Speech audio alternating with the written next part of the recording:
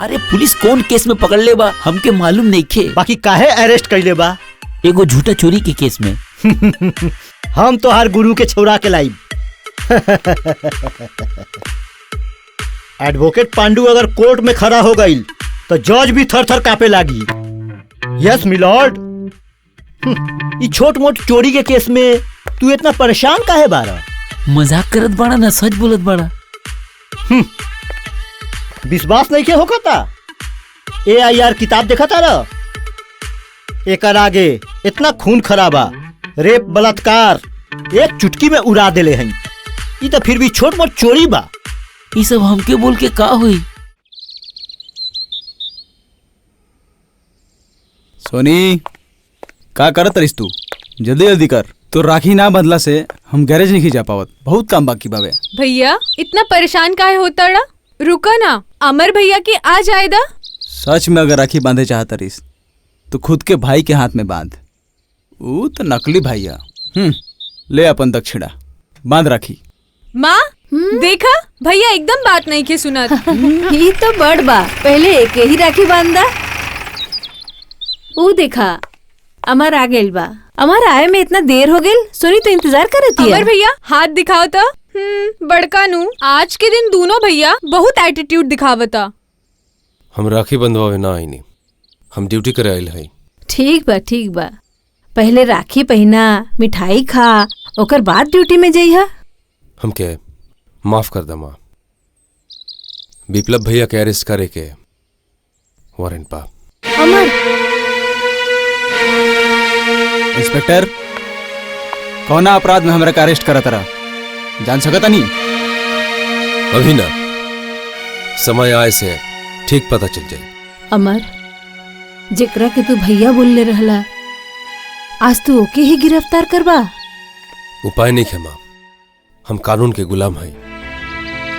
कानून के नजर में बाप माँ भाई बहन सब बराबर बा। ओ तहार मन में अगर इहे रहे तो फिर काहे तू वो दिन अपन खून दे के विप्लव के बचैले रहला? हम अपन छोटा बेटा के खो के जैसे हम रो रो के पत्थर के मूरत बन गए रहनी, और ठीक वैसे ही विप्लव के जाए के बाद हम रो रो के पत्थर बन जाती। और जौन कलंक के दाग तू विप्लव पे लगा तड़ा, ये कलंक हम कैसे मिटाए? वाह अमर भैया वाह। भाई के जोन हाथ में राखी बांध के ओकर बहिन मंगल कामना करेले, उहे हाथ में हथकड़ी पहना के तू अपन कर्तव्य पालन करबा। ई काम करे में तोहर हाथ ना कापी। तू इतना निर्दयी बाड़ा, इतना कठोर। हमके गलत मत समझा सोनी। जो उन सबूत हमके मिलल बा वो देखे के बाद भैया के अरेस्ट करे के पड़ी। इंस्पेक्टर तू अभी अपन कर्तव्य का पालन करा। भैया सोनी रो मत सोनी, बांध दो तू राखी, बांध दो। एक हाथ में बहन के राखी और एक हाथ में हथकड़ी। ये खुशनसीबी कितना जन को होखेला? वकील साहब,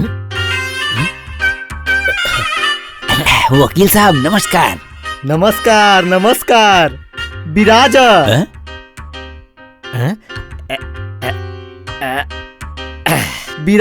विराजा मतलब बैठा। बैठी।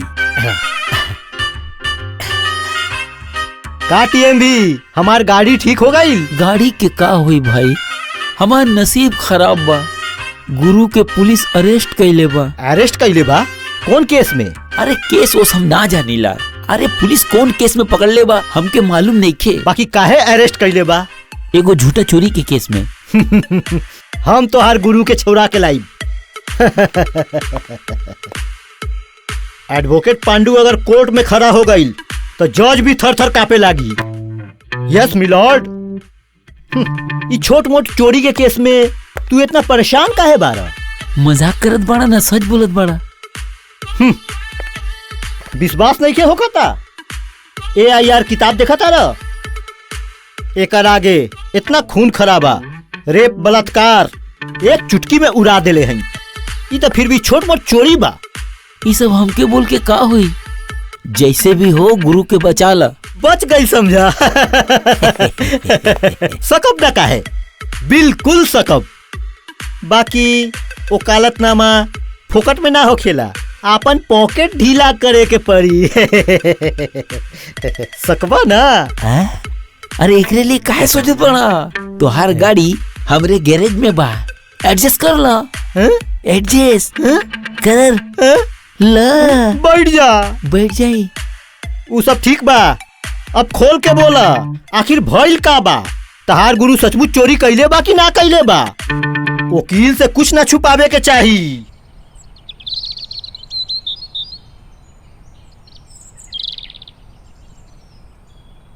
नमस्कार पंडित जी। भगवान तहर भला करस। बहुत देरी से रउआ के इंतजार करत हई। हमार काहे? यहे जूही के शादी के रिश्ता लेके एगो लड़का देखले हई, लेकिन वो लड़का हमरा के पसंद नहीं खे। जूही के शादी तय कर देला? जूही से पूछला है तू? जूही से इजाजत? तू का ना जानेला? बचपन से ही जूही और अमर दोनों एक दूसरे के कितना प्यार करेला। जानत हई, लेकिन अमर कितना बड़ा नौकरी करता, यही से रउआ के पास आवे के हमरा हिम्मत नहीं के होत। तब फिर जूही के हाथ अमर के हाथ में देवे के लिए राजी बा? ये बात और पूछत ही काहे रउआ? रउआ साक्षात भगवान नाहित हमरा पास आके कितना बड़ा मुश्किल से हमरा के आजाद कैनी। आज से रउआ हमार पंडित जी ना, हमार समधी जी हई। आओ आओ।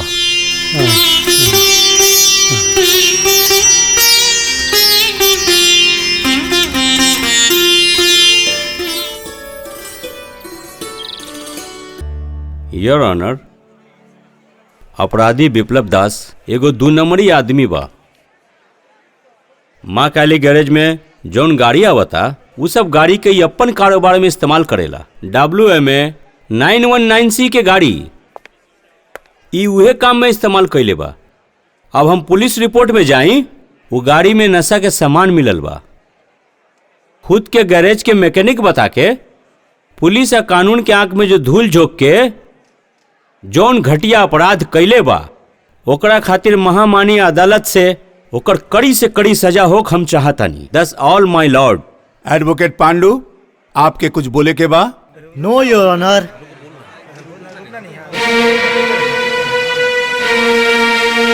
हमार माननीय काबिल दोस्त मिस्टर चौधरी इतना चमत्कारी सबूत देलन, इसे साफ साफ पता चलता अपराधी विप्लव दास अपराध से जुड़ल बा। मैं वहाँ गया था तो बहुत भीड़ था, लेकिन हम हमार मुवक्किल के तरफ से कोनो सबूत नहीं खिला बतानी, बल्कि हमार दोस्त के इस चमत्कार काम के लिए बहुत बहुत बधाई देतानी। साचो ई त कोर्ट में ऐसा ऐसा चमत्कारी बात सब कहलन, ओकर खातिर इनका के नमस्कार। Order order. Yes proceed. Your honour, खाली एगो सवाल के जवाब जाने खातिर हम कोर्ट से अनुमति चाहतानी।